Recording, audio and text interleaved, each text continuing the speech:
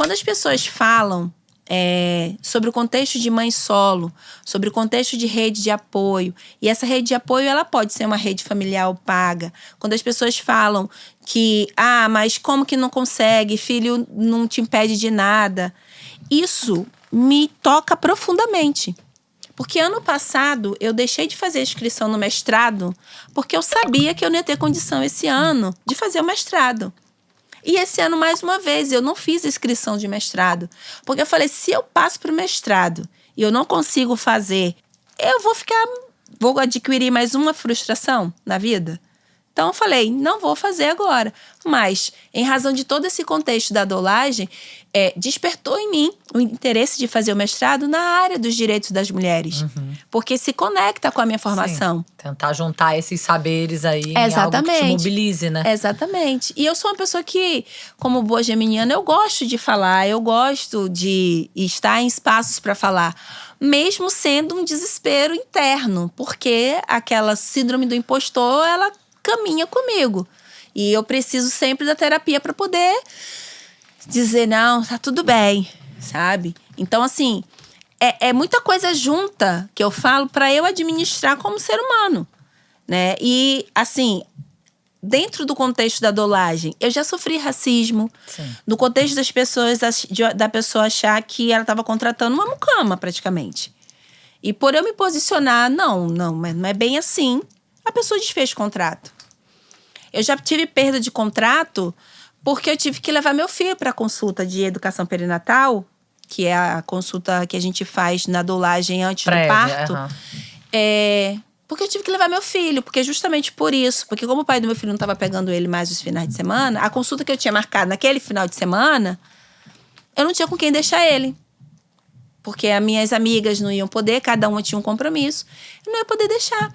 Então eu tive que o quê? Levar. Só que a pessoa achou um absurdo eu levá-lo, né? E aí é onde às vezes eu falo para as pessoas, não é a gestação que muda as pessoas, é a maternidade. Sim.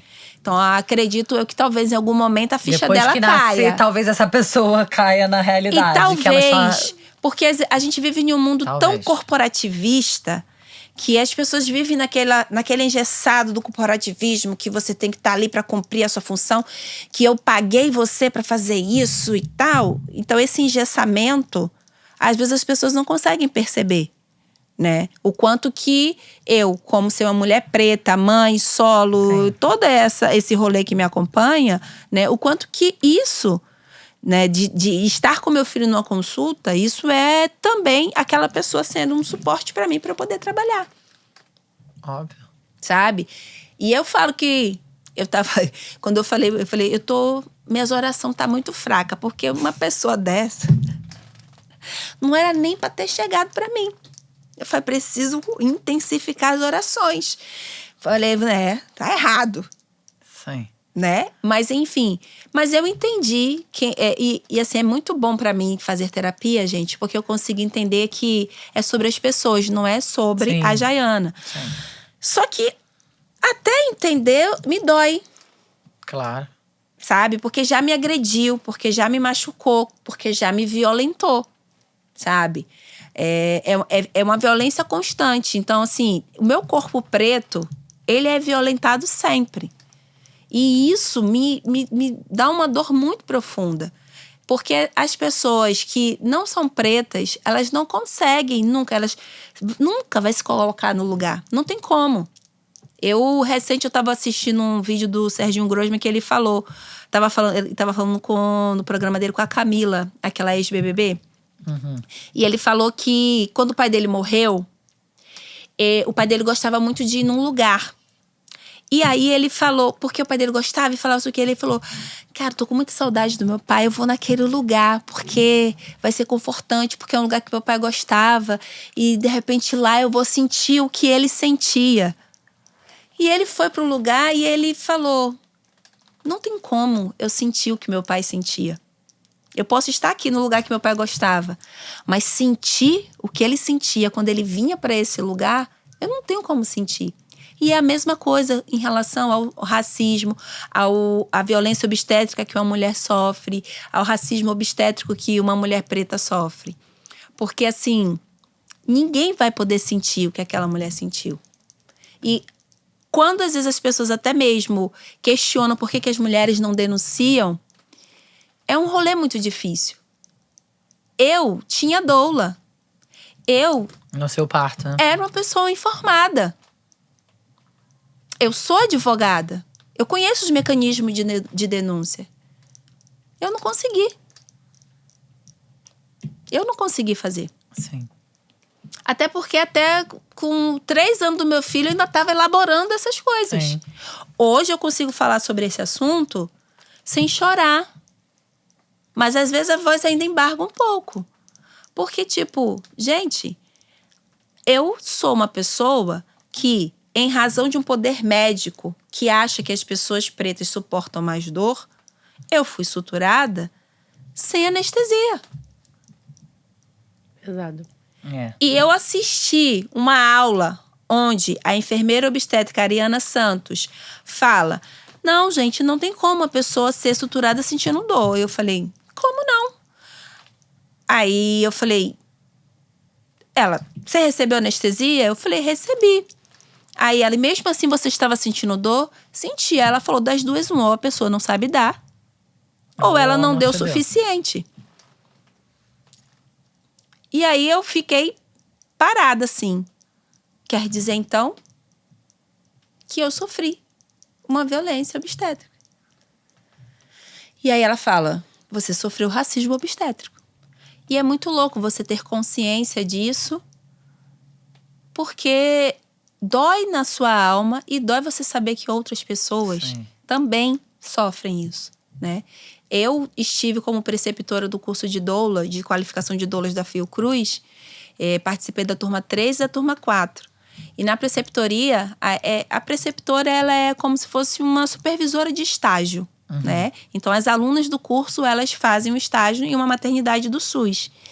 E aí, estando como preceptora, eu acompanho essas alunas na assistência de parto que elas estão fazendo.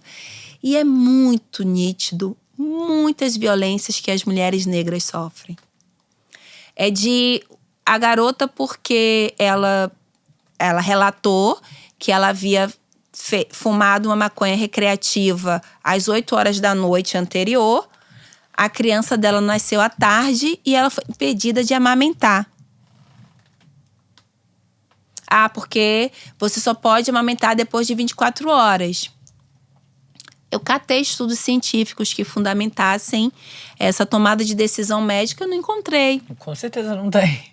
Que ninguém vai ficar estudando sobre isso. Porque perturbei a Verônica. Não, porque acho que até uma idade, até eu acho que 2018, maconha tava na mesma categoria que a heroína. Então eles falavam: fudeu, fumou, acabou.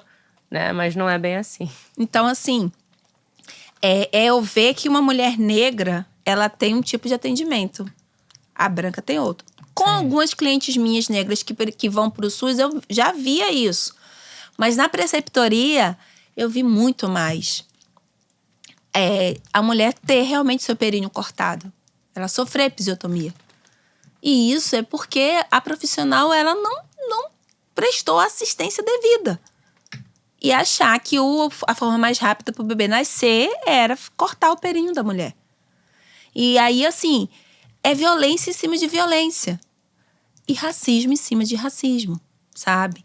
E assim, hoje eu participo do GT de racismo obstétrico da vereadora Thaís Ferreira, justamente com esse propósito, da gente buscar formas e mecanismos para proteger essas mulheres dentro do Sistema Único de Saúde, sabe? É um trabalho longo, não é que a gente vai conseguir resolver, mas… do dia pra noite, mas é um trabalho Mas a gente tem que caminhar. Sim. A gente precisa caminhar.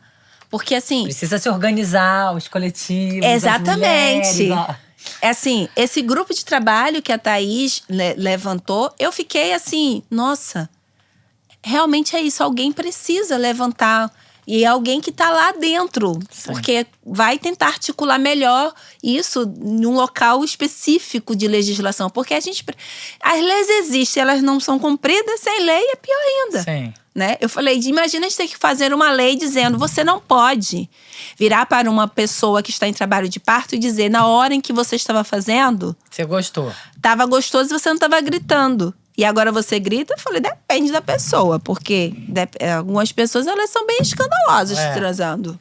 Inclusive, eu sou. Dependendo do ambiente, do espaço, que eu possa estar… Possa ser livre. Livre. Pra sentir.